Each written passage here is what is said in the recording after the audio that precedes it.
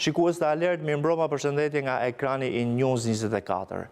Tema e sotme ka të bëjë me situatën ku po kalon Shqipëria, por edhe e gjithë bota. Në fakt, e kemi quajtur këtë puntat të ditës së sotme një vit fatkeqësi, sepse edhe pak orë na ndaj nga tërmeti i 26 nëntorit, i cili ishte me një magnitudë 6.4 ballë dhe fatkeqësisht shkaktoi 51 viktima. Mbi 3.000 të plagosur, ndërsa mbi 4.000 persona humbën banesat e tyre. Njëkohësisht që nga marsi i këtij viti, pra Shqipëria, si edhe gjithë bota patjetër, është në kushtet e pandemisë së COVID-19. Në fakt, që nga rasti i parë në Wuhan ka kaluar një vit. Rasti i parë pra është shënuar në Kinë në 18 nëntor, ka qenë një foto masive e mediave botërore, ku duke një burr i shtrirë dhe shënon edhe rastin e parë të pandemisë globale, e cila përtej gjithë botës edhe në Shqipëri ka shkaktuar probleme jo të vogla e shumë raste humbje jetësh. Ndjekim një material përgatitur e kthehemi në studio për të diskutuar për këto dy çështje.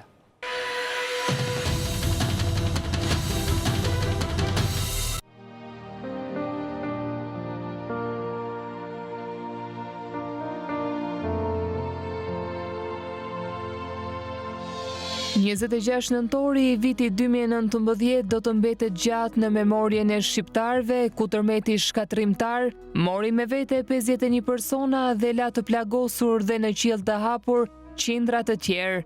Thumana dhe Durrësi ishin dy vendet më të prekura, por shpresë për banorët ishte premtimi që viti 2021 do t'i gjente në banesa të reja.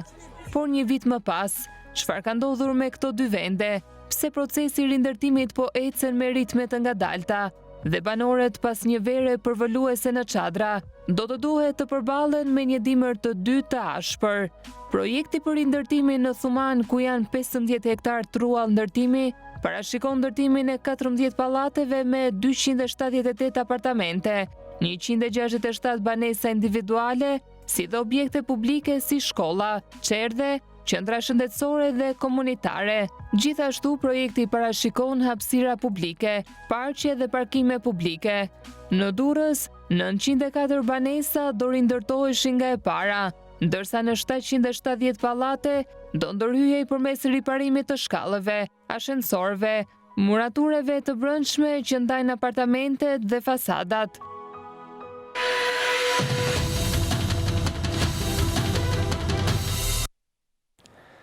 Jemi sërish në studio dhe për diskutuar për dy çështjet, pra siç u fol edhe në insert, por edhe për çështjen e pandemisë. Unë kam ftuar sonde zotin Aulon Kalaja, është aktivist i shoqërisë civile. Mirë se erdhët, zoti Kalaja. Mirëmbrëma. Në fakt, gjej rastin t'ju përgëzoj sepse ku ka çështje që i përkasin shoqërisë civile jeni ju. Hera e parë që takohemi bashkë dhe s'kam pasur rast, t'ju a them. Të falenderoj. Dhe zotin Ilir Pecnikaj është, doktor, ju keni një CV goxha gjatë për të prezentuar, është PhD në Universitetin e Milanos, Advanced Pharmaceutical Chemistry, jam i saktë? Pedagog i ftuar në Fakultetin e Mjekësisë Tiranës dhe pedagog i ftuar në Fakultetin e Shkencave në Universitetin e Milanos, Advanced Organic Chemistry. Mirë se erdhët në Alert. Kënaqësi. Faleminderit për ftesën. Kënaqësi është imja. Ju falenderoj se në fakt keni hequr goxha në trafikun tonë Tiranës për të ardhur deri këtu. Kjo është minimumi. Zoti Kalaja, po e nis me ju bisedën, me qenë se e përmendëm të parën edhe pra e nisem me çështjen e tërmetit. Se çfarë ka ndodhur tash me dim gjithë, po se çfarë nuk është bërë, ndoshta nuk janë gjithë qartë. Për se çfarë nuk është bërë në raport me të dëmtuarit, me familjet e viktimave, me rindërtimin e banesave, me standardet që qoftë larg në raste të tjera pandemish, tërmetësh, kemi ndërtesa më të sigurta. Jo vetëm për ato që do ndërtohen në raport me të dëmtuarin nga tërmeti, po për gjithë ne. Është shumë e drejtë parashtrimi pyetjes. Unë shikoja do ta ndaja në disa pika ajo që nuk është bërë, thotë juve. E para, ajo që nuk është bërë është drejtësia. Mungon drejtësia për 51 jetë humbura, tragjikisht duhet thënë. Në gjykimin tim dhe me aq sa unë e kam parë, e kam ndjekur tërmetin në dinamik që nga dita e parë, fatkeqësisht kam dhënë dhe lajmin e keq i pari si gazetar në Shqipëri, ku më vonë kanë marrë dhe media tjera dhe kam qenë terren, i kam parë vdekjet me sytë e mi. Kemi ndihmuar disa njerëz, më kujtohet një djalë i vogël të cilin e kemi gjetur në mbi gjoksin e një nëne. Pra gjyshja e tij humbi jetën, ndërkohë që djali shpëtoi. Në Thuman, në mos gaboj. Pra unë kam qenë në orët e para të mëngjesit në Thuman, sapo ka rënë tërmeti dhe kam bërë publik edhe lajmin ku kërkohej ndihmë sepse dëgjonim ulërima nga vendi dhe më vonë sigurisht u bë edhe viral e gjithë kjo histori. Për mendimin tim, tërmeti në Shqipëri ishte katastrofik, 51 jetë humbura janë shumë për një vend si Shqipëria dhe gjykoj që këto 51 jetë ndoshta mund të ishin shmangur, që do të thotë jo të gjitha, por një pjesë e madhe e tyre në rast se ne do kishim ndërhyrë që nga këmbana e para alarmit, tërmeti shtatori, për t'i nxjerrë jashtë përdorimi pikërisht disa nga pallatet e Thumanës dhe për t'i nxjerrë ato banor nga ato pallate, absolutisht që ne nga 24 jetë humbura në Thuman, se janë 27 në Durrës dhe 24 në Thuman, ne do kishim edhe në Durrës e në Thuman jetë më pak të humbura. E them këtë sepse tërmeti në vetvete nuk vret. Janë banesat ata që vrasin. Pra, nëse ne do të kemi një, po themi, banes të fort, cilësi në ndërtim, jo hile, jo munges kolonash, që u pan hapur edhe ndërtimet në Tiranë, jo vetëm aty ku pati vdekje, po edhe në Bubqë, edhe në Fushkruj, edhe në vende tjera, unë mendoj që ne do kishim dalë më faqebardh nga tërmeti. Pra, mungon drejtësia sepse nuk kemi dënuar, bëhet fjalë për vrasje në Thuman dhe në Durrës. Ajo që mungon tjetër është sigurisht zgjidhja për ata banorë që kanë humbur shtëpitë e tyre. Kanë kaluar një vit, sot mbushet një vit nga tërmeti 26 nëntori, tërmeti fatal, dhe njerëzit po jetojnë në çadra. Dhe unë shpreh rastin t'ju falenderoj juve për këtë gërshëtim temash që keni bërë, sepse dua të dalë diku që tërmeti lidhet ngushësisht me pandeminë, jo vetëm se janë të dyja fatkeqësi, por në momentin që ne i kërkojmë qytetarëve distancim fizik, ne një pjesë qytetarëve e kemi në çadër. Dhe ata po jetojnë në çadër, kanë një vit që jetojnë në çadër.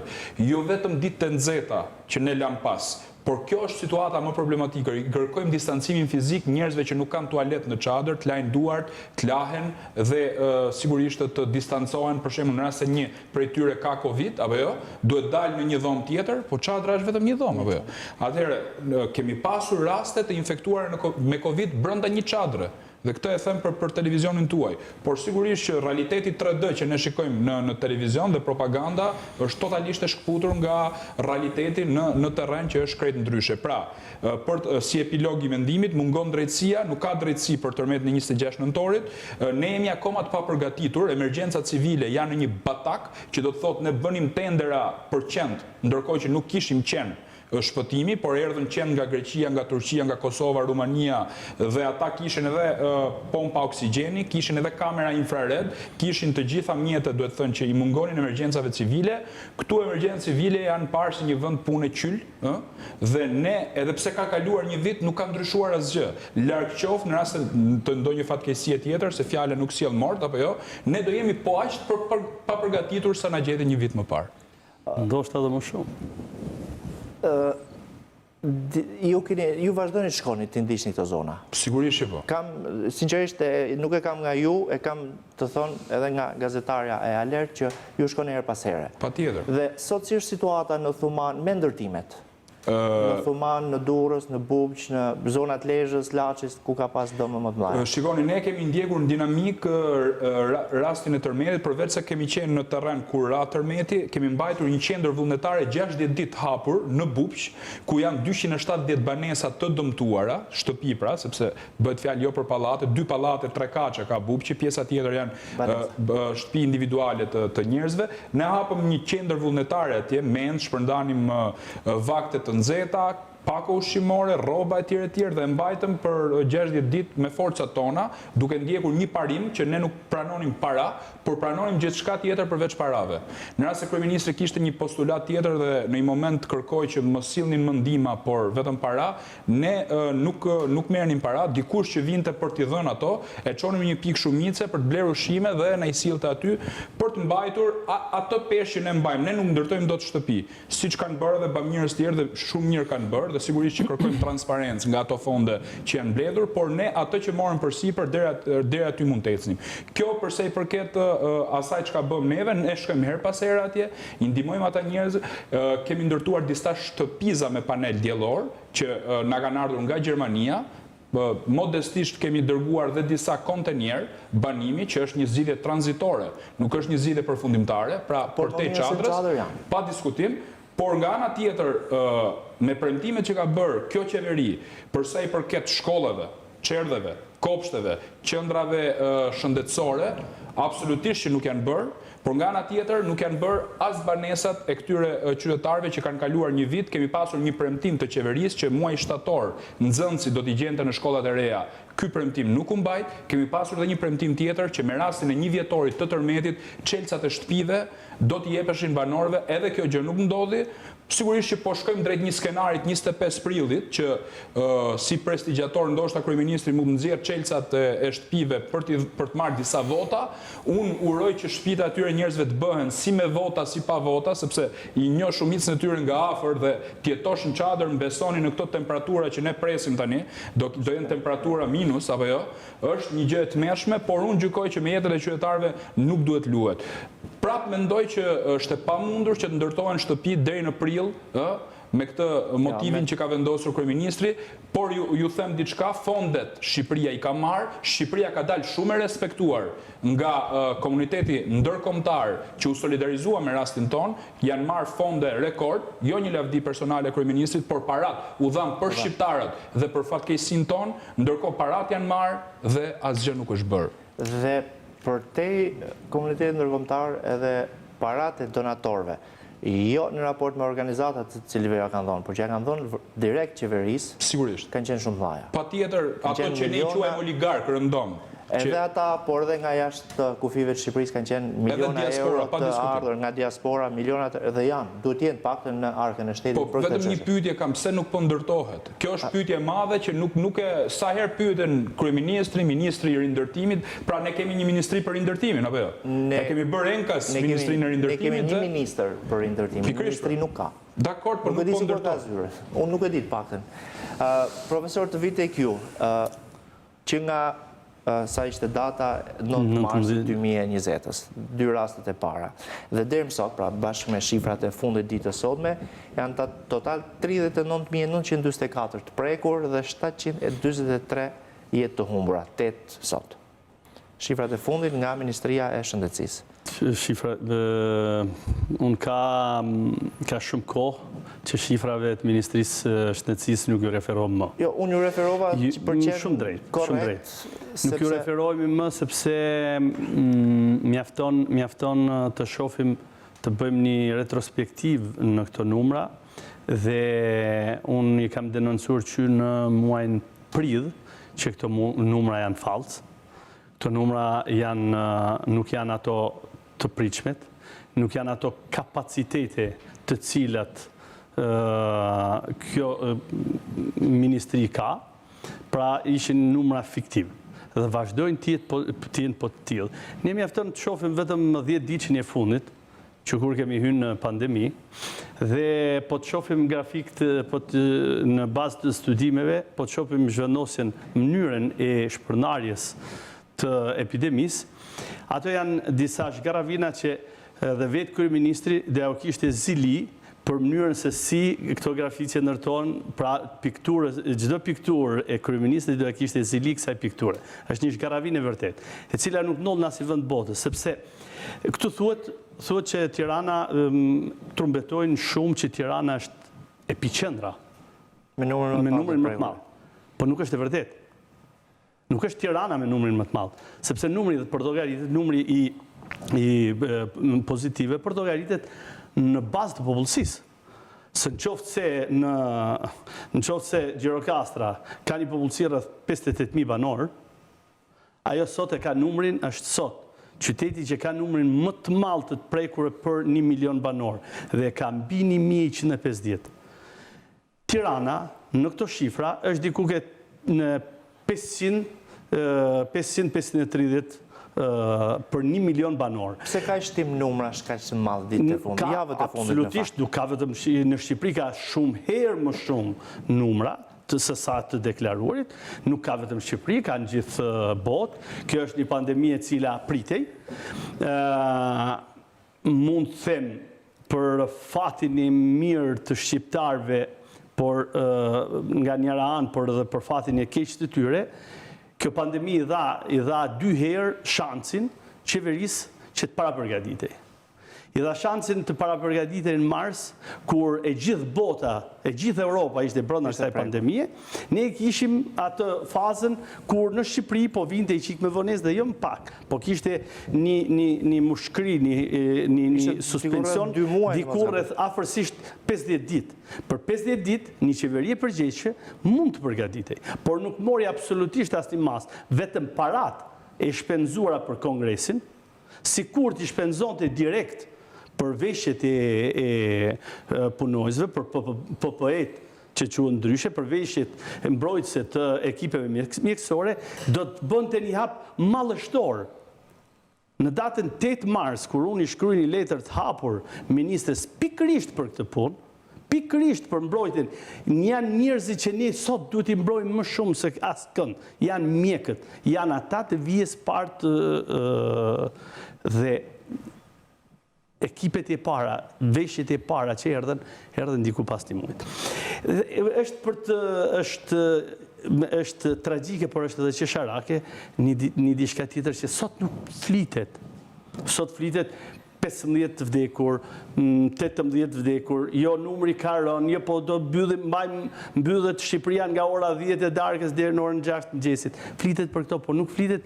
Qeveria ka bërë një tender në Korrik Gusht, ka bërë një tender për këtë që po flisnim, për PPE-t, që janë thënë ndryshe veshjet për mbrojtjen e ekipeve mjekësore. 5 milion euro. Një shifër goxha lartë. Tenderi deri më sot nuk është realizuar. Pra, ky tender ose është bërë sepse duheshin, edhe unë besoj që duheshin, dhe sot nuk janë, ose është bërë një tender korruptiv, të bëjmë një tender në pandemi, të cilin do zgjidhim në mënyra të tjera siç kjo qeveri ditë i zgjidh. Dhe për sa i përket shifrave, rikthehemi ke shifrat përsëri, jemi vendi që ka shifrat më të ulta jo vetëm në Europë, po krahasohemi me shtetet e Afrikës Qendrore, që fatmirësisht për ato atje ky vrull i kësaj pandemie shumë më i ulë se sa tek ne. Dhe sot e kësaj dite, qeveria përsëri këmbëngul që çdo analizë duhet dalin nga instituti i shëndetit publik dhe shumë laboratorë private të cilat e kanë mundësinë dhe kanë shprehë mundësinë që kanë mundësi të bëjnë 1.500 teste në ditë, 3 laboratoret kryesore që janë private kanë shprehur një mundësi, por qeveria përsëri kërkon që çdo test pozitiv të dalin nga ISHP-ja si rezultat. Por nëse shohim rezultatet e ditëve të fundit, ky raport ISHP-ja arrin me të 3 laboratore që janë shtetëror, që mbikëqyrën nga ISHP-ja arrin të bëjnë 1260 analiza në ditë. 4 laborator aktualisht. I katërti nuk është funksional për publikun, është thjesht për autokontrollin e qendrës spitalore. Dhe në këto 3 laboratore bën rreth 1260 analiza. Nëse shohim vetëm rezultatin e dijshëm, që ishte afër 900. 900 do të thotë jemi diku ke 82%. 82% pozitivitet do të thotë unë kam shkuar sepse ky person ma ka kërkuar dhe po ma kërkon me ngulm. Edhe sot ne kemi dhënat të plota që njerëz e kërkojnë, kalojnë ditë të tëra dhe nuk u shkon askush. Në terren ka 70, thuhet që ka 70 grupe epidemiologjike dhe i bie me nga 18 tampona një grup. Një grup epidemiologjik me 18 tampona, çfarë bën në terren? Unë këtë duhet të di. Dua ndalim pak Profesor, tek një deklarim i fundit i ditës sotme, domethënë i ministres së shëndetësisë. Në fakt ndoshta tregon edhe pak konfuzion me strukturave. 3 ditë më parë grupi ekspertëve tha që deklaroi që shkollat nuk do të mbyllen. Sot u deklarua që do t'i propozoj Ministrisë Arsimit, flas për shkollat e mesme, nuk e di për 9 vjeçarët, që do t'i propozoj Ministrisë Mësimit bëhet i alternuar. Njëherë në klasa, njëherë online. Nuk është detajuar nëse është me javë apo me ditë, por a ndihmon kjo pengimin e pandemisë? Sepse kam përshtypjen ato mësues që do preken, po preken dhe rikuperohen, rikthehen në punë. Nuk është çështje mësuessh. Kam deklaruar në shkrimet e mia, kam deklaruar që i vetmi akt ligjor që kjo qeveri ka nxjerrë është akti i 24 marsit.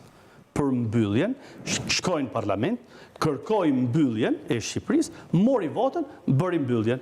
Dhe një diçka që bëri gjithë bota, sepse ishte një moment kur ishim përpara një diçka të panjohur. Po sot?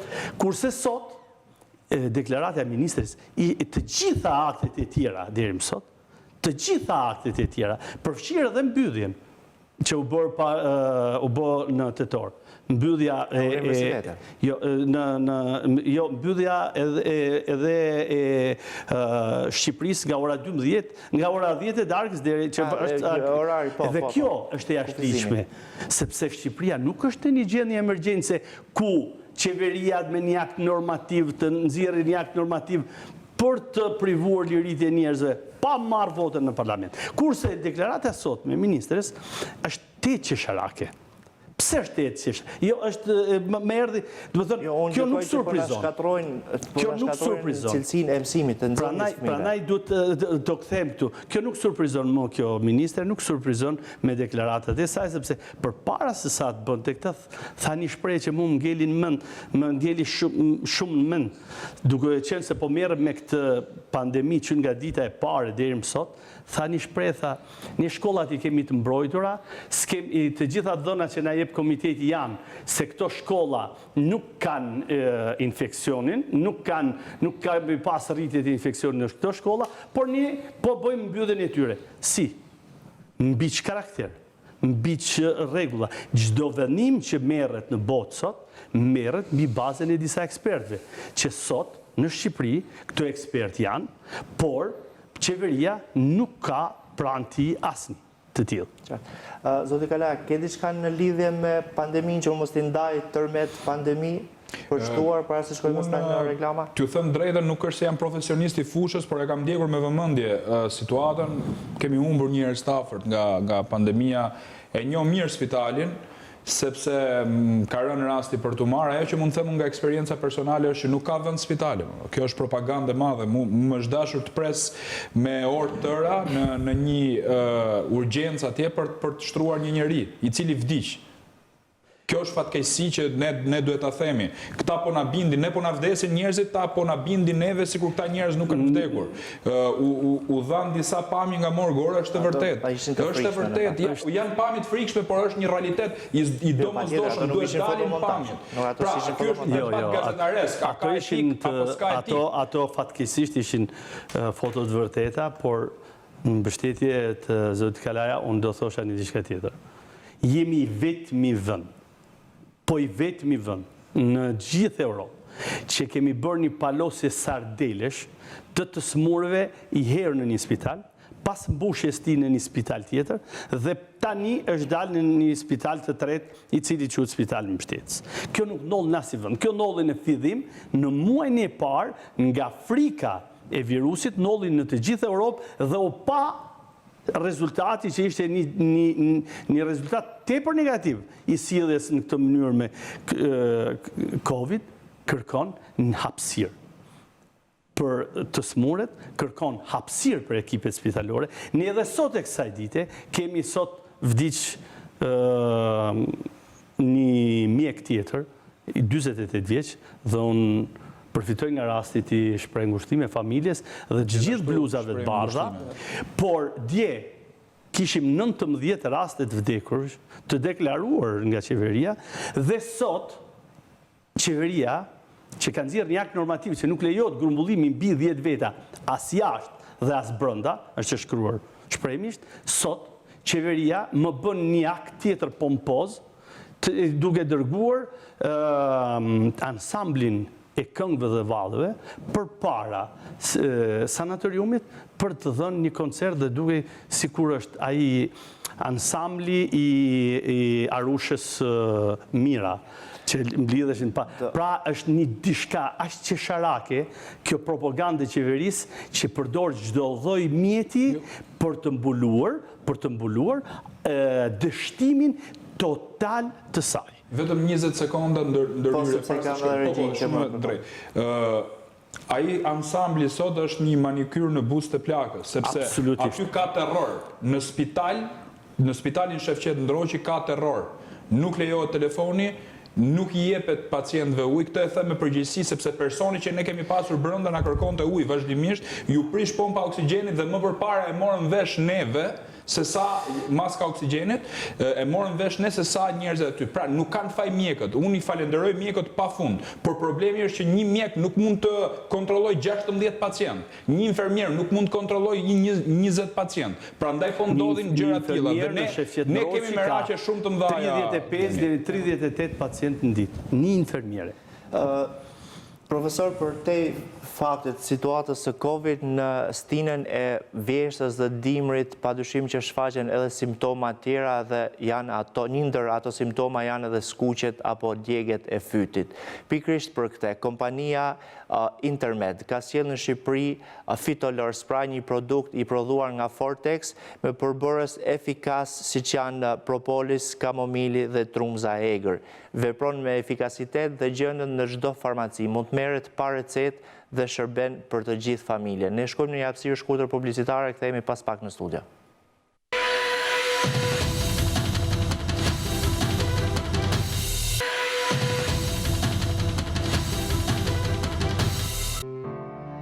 Rreth një vit më parë, mbar bota u ngrit në këmbë përballë një virusi të panjohur, i cili do identifikohej si koronavirus, duke shkaktuar stabilitet dhe miliona viktima e të infektuar.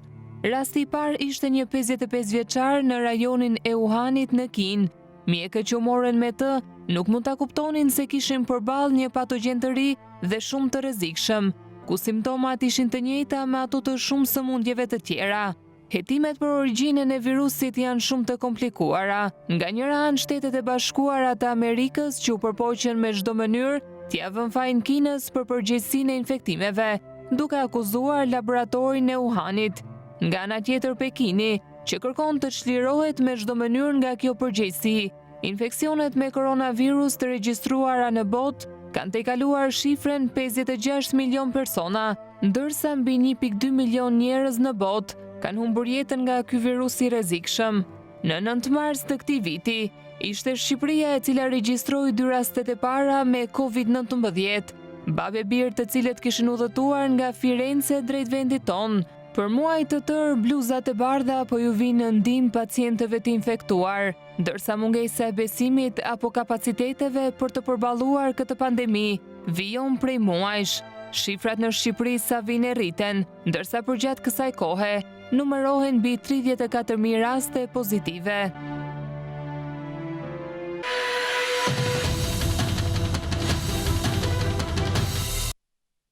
Jemi kthyer në këtë pjesë të dytë të Alert dhe po diskutojmë për fatkeqësitë e një viti në Shqipëri që lidhen me tërmetin, por edhe ajo globale, pra me pandeminë e COVID-19, ku patjetër është përfshirë edhe Shqipëria, dhe do rikthehen tek zoti Kalaja me çështjen e situatës së tërmetit, pra një vit mbrapa. E përmendet pak në pjesë të parë që s'ka drejtësi. Në fakt, para pak ditësh kishte lajme që për çështjen e fillimit procesit gjyqësor ndaj disa zyrtarëve ndërtuesve në Durrës. Çështja e Thumanës është një çështje e pallateve të vjetra. Problem shumë shqetësues janë edhe ato treja. Dëmtime kolonash, pamjet e duhshit kanë qenë sigurisht frikshme përveç rrëzimit të 2 hoteleve. Në atë kohë u tha për krim standardesh në raport me cilësinë e ndërtimit. Unë sot pas një viti nuk kam parë diku një standard që t'je thonë që një shkollë 3 kace ndërtohet me këto standarde, qoftë hekur, qoftë betoni, gjithë projekti inxhinierik, sigurisht pastaj edhe zbatimi, apo një pallat 9 katësh, apo një kull 45 kaçe, etj. Kam përshtypjen se ju keni ndjek këtë pjesë dhe nëse ka do doja të na thonit. Përsa i përket drejtësisë, ju me drejt e prekët kemi të bëjmë disa njerëz të cilët nuk janë të lidhur drejt për drejt me fatkeqësitë që ndodhen në Thuman dhe në Durrës, janë njerëz duhet thënë periferik që ndoshta nuk përfaqësojnë asgjë, ndoshta edhe të legjislaturës Partisë Demokratike, pra për t'u bërë kurban dhe për t'i dhënë gjak qytetarëve që ja me vërtet patëm 51 të humbura, po çojmë disa fakir fukarenj edhe në proces të montuar gjyqësor për mendimin tim, sepse koka qëndron diku tjetër dhe peshku qelbet nga koka, pa diskutim ka përgjegjes dhe emra konkrete. Me qenë se e përmendet, e kam menduar gjithmonë fakt. Kujtoj Fatbardh Plakun, mos gaboj, ka qenë kryetar i komunës Fark në atë kohë. Dhe në sa di unë Fatbardhin nuk e njoh, se kam takuar kur. Farka ka qenë me numrin më të vogël të dëmeve në struktura, në pallatë, nuk flas shtëpi përdhese në fshatrat e zonës. Më falë ndjes për... Po, shumë e drejtë ndërhyrja dhe ajo që doja të thoja unë është që për të kuptuar se ç'është reforma në drejtësi, mjafton të marrim këtë rastin e tërmetit, apo një rast tjetër që do të delegjimonte në një farë mënyrë dhe qeverinë. Flas për dosjen 184 dhe 339, pra ku gazeta Bild, gazeta gjermane nxorri me zë korrupsionin e madh zgjedhor dhe ne patëm nga spaku disa njerëz që kishin vdekur, u hap proces gjyqësor ndaj tyre, pra u bë akuzë penale për ta. E njëjta gjë është edhe me tërmetin këtë rast. Të tjerë janë ata njerëz që duhet dënoheshin, bëhet fjalë për krye bashkiak apo jo, dhe nga ana tjetër kemi disa njerëz, si personi që ju përmendet pak më parë, Fatbardh Plakun, të cilin as unë nuk e njoh, por nga ana tjetër në fakt nuk është se kemi dëgjuar që ka pasur raste përshtypje dhe në fakt e kisha harruar. Pra nuk ka drejtësi dhe njëri tjetër dhe kemi të bëjmë një proces të montuar, fars, duhet thënë, për t'i dhënë publikut që ja po merren me tërmetin. Kjo është e para dhe kjo tregon se çfarë reforme ndrejtësi kemi bërë. Pika 2 që... Po ato të tjerët duhet deklaruan që i kanë duart të pastra akullore. Po, patjetër. Kjo besoj se kjo e prezumon dhe pafajësinë. Kjo është pika e parë, ndërsa përsa i përket vazhdimit pyetjes, unë gjykoj që standardet e ndërtimit janë po ashtu edhe këto një farsë. Ne kemi pasur disa show, duhet thënë, dhe propagandë të qeverisë që po ndërtojmë shkolla me standarde të tjera. I kemi parë dhe dalin shumë bukur në 3D, është një show me të vërtet i madh, ndërkohë nga ana tjetër nuk kemi parë akoma një shtëpi, duhet thënë, që ka dalë nga qeveria për të kuptuar se cila do të jetë e ardhmja e shtëpive në Shqipëri dhe a kemi nxjerrë në mësime nga tërmeti 26 nëntorit. Unë gjykoj që jo, sepse në rast se ne do të ishim serioz, do ta kishim seriozisht çështjen e tërmetit apo në tërësitë fatkeqësive natyrore, do të forconim emergjencat civile. Apo jo. Neve kemi parë me vëmendje në tërmetin e 26 nëntorit të parë një viti, 2019-s, që për një paketë elektrike të shkallëve të gjata është humbur një jetë. Nuk vendosej vinçi në punë sepse mungonte paketa elektrike. Pra të humbësh një jetë për mungesën e një pakete elektrike, për mendimin tim është fatale. Një. E dyta, kam takuar personalisht një nga ushtarakët MNZ që punojnë në Zallher, i cili po merrte pjesë në operacionin e kërkimit të personave. Në 26 nëntor gjithmonë i referojmë Thumanës dhe ka qenë ora rreth 7:28 e mëngjesit, ku personin fjalë kishte identifikuar 2 persona të tjerë që lëshonin zëra nga rënojat. Po punonte me ta dhe natyrisht që duhet një kohë e caktuar që ata të dalin nga rënojat. Nga pasgoditja e orës 7:28 minuta, 2 personat humbën jetën. Qa do të thotë kjo? Kjo do të thotë që në rast se ne do kishim ndërhyrë më herët dhe do t'i kishim emergjencat civile në këmbë, apo jo koha në kohë fatkeqësie natyrore është e shenjtë. Koha sigurisht që ty t'i jep një avantazh shumë të madh. Dhe ndërhyrja me kohë vonesë që bëm neve, sepse ne aty erdhi ushtria, erdhi policia, po ata erdhën me pistoleta, erdhi ushtria e Kosovës përpara. Pikërisht pra, erdhën pajisur me pistoleta, të armatosur, nuk kanë faj ata, më kuptoni drejt, por shefat e tyre që i sillnin aty ishin fare pa eksperiencë. Ne nuk kemi të organizuar korpusin e vullnetarëve, një strukturë që në Itali kur ka fatkeqësi të tilla ngrihen vetë dhe shkojnë ndoshta ndonjëherë edhe përpara shtetit, sepse duhet ta themi, asnjë qeveri nuk mund të bëj dhe nuk mund t'ia dalë dot e vetme një fatkeqësi natyrore.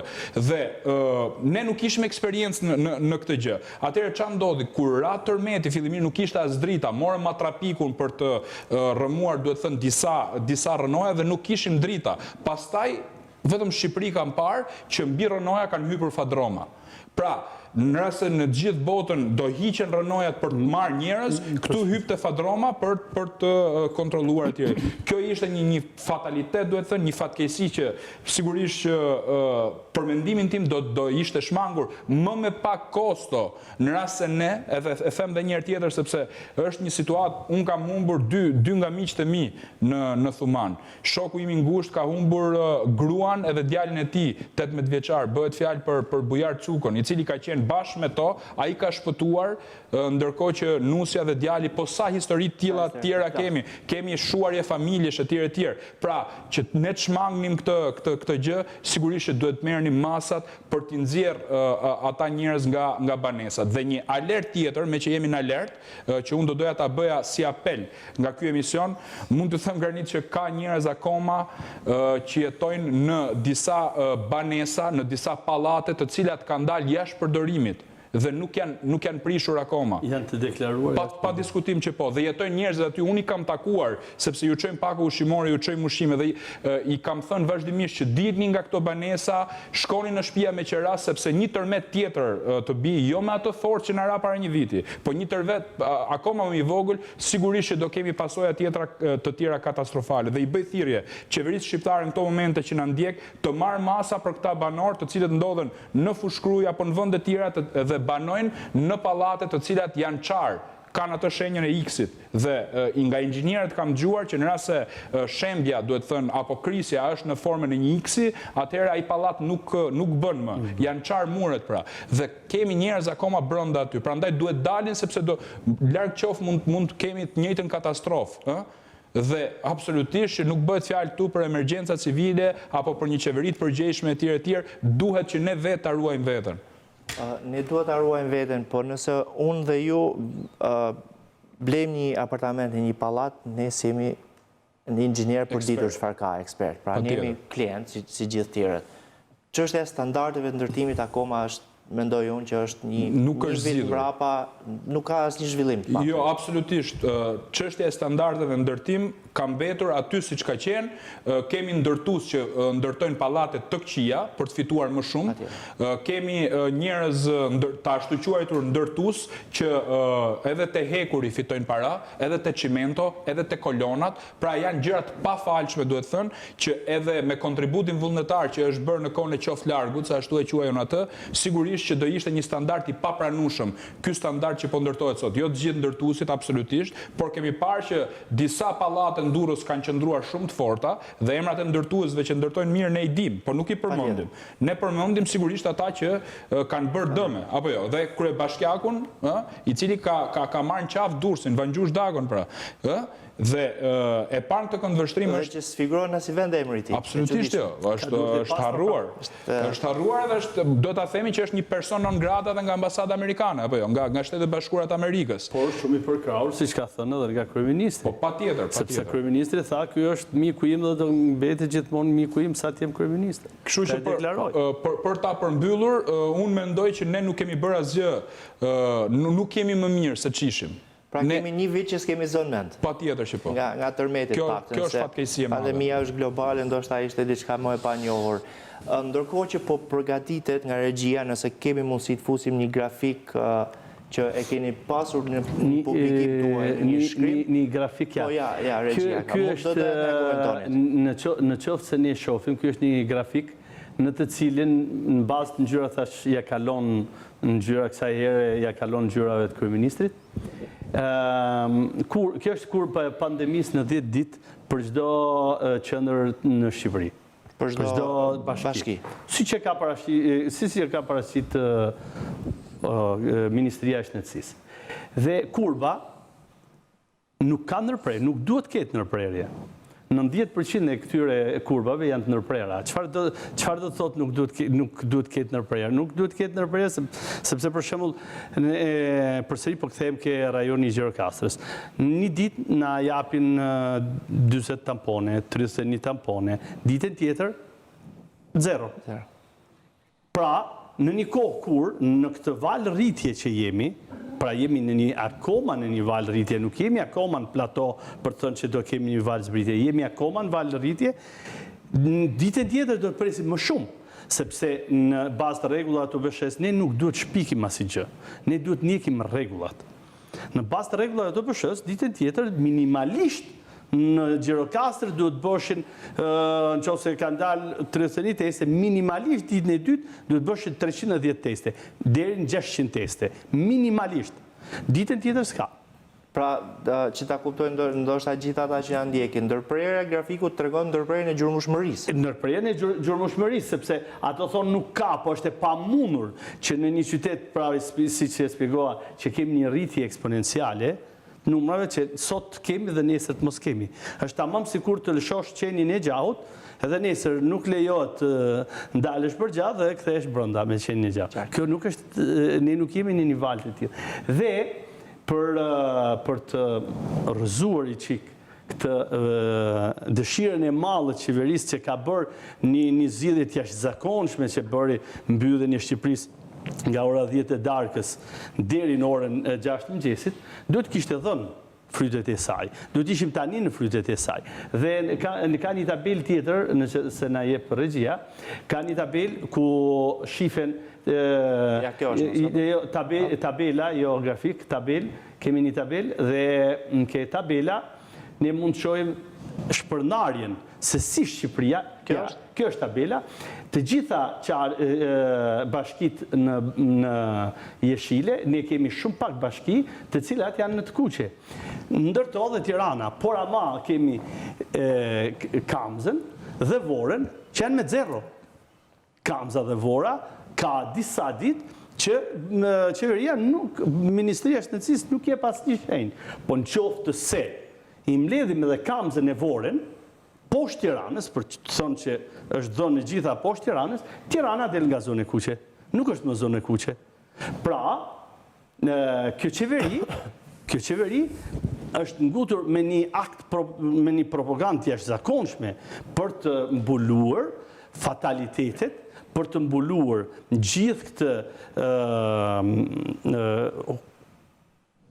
humbje të saj, humbje kohe të saj, për të realizuar një gjurmëshmëri dhe një ndjekje sa më të mirë për të qenë sa më afër në pacientit.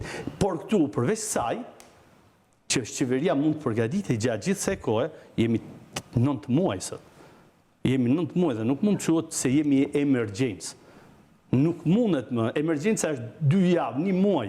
Kushtetuta parashikon deri 1 muaj emergjencën. Pas 1 muaj nuk jemi më. Dhe një diçka tjetër që e ka shkatruar, do të thënë i ka dhënë kazmën shëndetësisë, është futja shkatrimi i zinxhirit. Mjek, familje, sistem parsor ose qendra spitalore, qendra spitalore komunale dhe qendra spitalore universitare.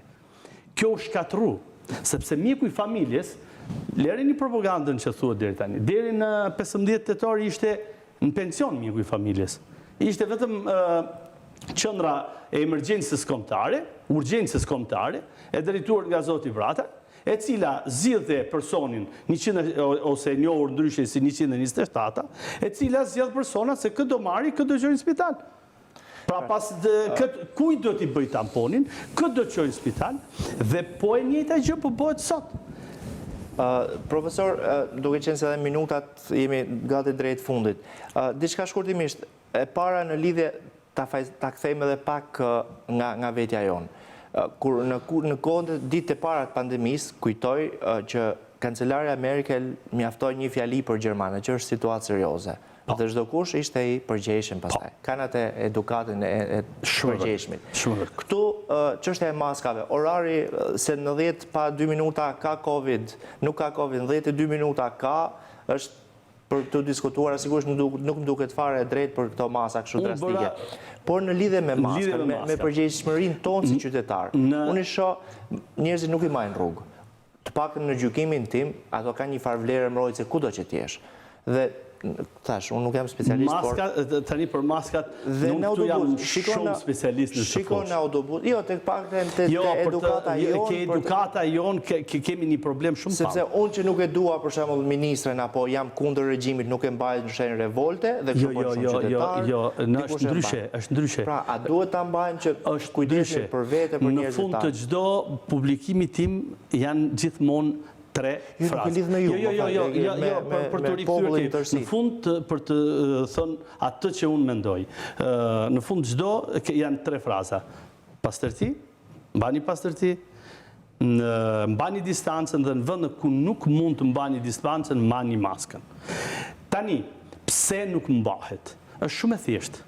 Në një emision në një televizor, 2 minutat e fundit. Në një televizor tjetër, në një emision, unë nxora fotografin e ministres, 3 ditë para se sa të nxirrte ligjin për maskat, ku po inauguronte një qendër spitalore, dhe me të gjithë mjekët dhe personelin ishin të gjithë pa maska brenda qendrës. Dhe ministria e zhduku, kishte nxjerrë vetëm në sitin e ministrisë, e zhduku fotografin edhe deklaroi që ka qenë bërë në mars. Tjetra, Ka qenë një situatë, ka qenë një tryezë diskutimesh mos ka parë. Pas doli masa grumbullimit në 10 persona, ministria doli në fotografi ditë të nesërmen me 20 persona, duke dhënë këto janë shembuj që shef populli. Dhe populli thotë, po këto kur nuk i zbatojnë për vete, ne këto po i nxjerrin për neve. Të paktën ne ta zbatojmë për veten tonë, kjo është ideja. Në Gjermani, tu unë thash, në çdo artikull timin, në fund ka këto 3 shprehje.